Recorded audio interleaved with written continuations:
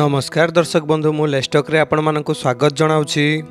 Friends एबे भत्ता टंका को नहीं आसला गोटे नुआ नोटिस रे कौन रही आउ केबे राज्य रे असक्षम मानक भत्ता राशि मिलिबो एवं आउ केउ मानक भत्ता वृद्धि होई मिलिबो आउ जेउ मानकर बयस 60 वर्ष रु अधिक 80 वर्ष रु कम सेही लोक मानक केबे राज्य सरकार भत्ता टंका देबे बा 3000 भत्ता टंका केबे मिलिबो एने संपूर्ण अपडेट यही वीडियो माध्यम रे आमे जणा देइछु।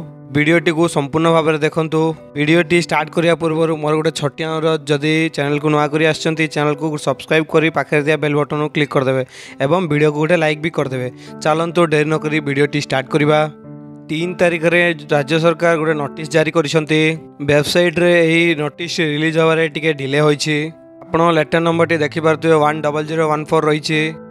नोटिस पठाई आरएस गोपालन आईएएस सीए समस्त कलेक्टर पाखक पठाई एठी से जन आपणकर भेरिफिकेशन करने इलेक्ट्रिकल फोटो आइडेंटिटी कार्ड माने आपण आधार कार्ड टी गोटे भेरीफाई करा जिवो। सरकार एठी कौन कहते कहले जो चाषी भाई मानकर बा जो माने 80 वर्ष रु अधिक बा 80% से माने भिन्नक्षम अटंती बा विकलांग अटंती से 3500 टंका लेखाए मिलिबो।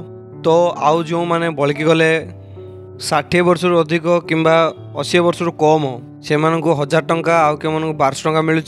जहाँकि एवं बहुत सारा लोक निजर भोटर आईडी को चेंज कर दौरान, डेट ऑफ बर्थ मध्य चेंज कर दौरान। इमिदी स्कैम करने जो जे कि 3500 टंका भत्ता टंका पाइबे से जो राज्य सरकार यह निष्पत्ति नहीं कि समस्त भोटर आईडी की वेरिफिकेशन करा जिवो। वेरिफिकेशन कला परे ही यही टंकाटी रिलीज करा जिवो।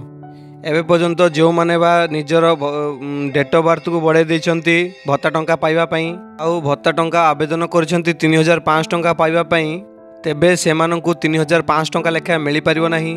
पूर्वरु सेमानकर जो भोटर कार्ड थिला से को वेरिफिकेशन करा जाई सेमानंकु भत्ता टंका रिलीज करा जिवो। एठी प्रश्न उठुछि कि केउ माने 1000 रु 1200 टंका भत्ता टंका पाउछंती सेमानंकु 3000 टंका केबे भत्ता टंका मिलिबो एवं सरकार ए निष्पत्ति केबे को नेबे। एबे रिसेंट मीटिंग रे सर्बानंद गंड कहितले कि निहाती भावे टंका वृद्धि होबो, किंतु आमे एपर्यंत डेट देई पारुनु।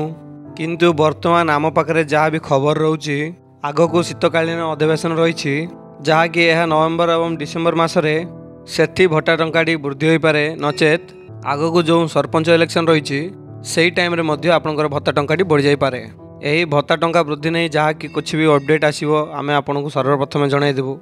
यह था फ्रेंड्स गोटे छोटिया अपडेट। जब वीडियोटी आपको भल लगी तेज वीडियो गोटे लाइक करदे, जो चैनल को नुआ कर चैनल को सब्सक्राइब करी पाखे दिया बेल आइकन को क्लिक करदे, जहाँद्वारा कि आमर ये लेटेस्ट अपडेट गुड़ाक सर्वप्रथम पाइपर। धन्यवाद। जेकोसी डाउट अच्छी कमेंट सेक्शन में पचारतु।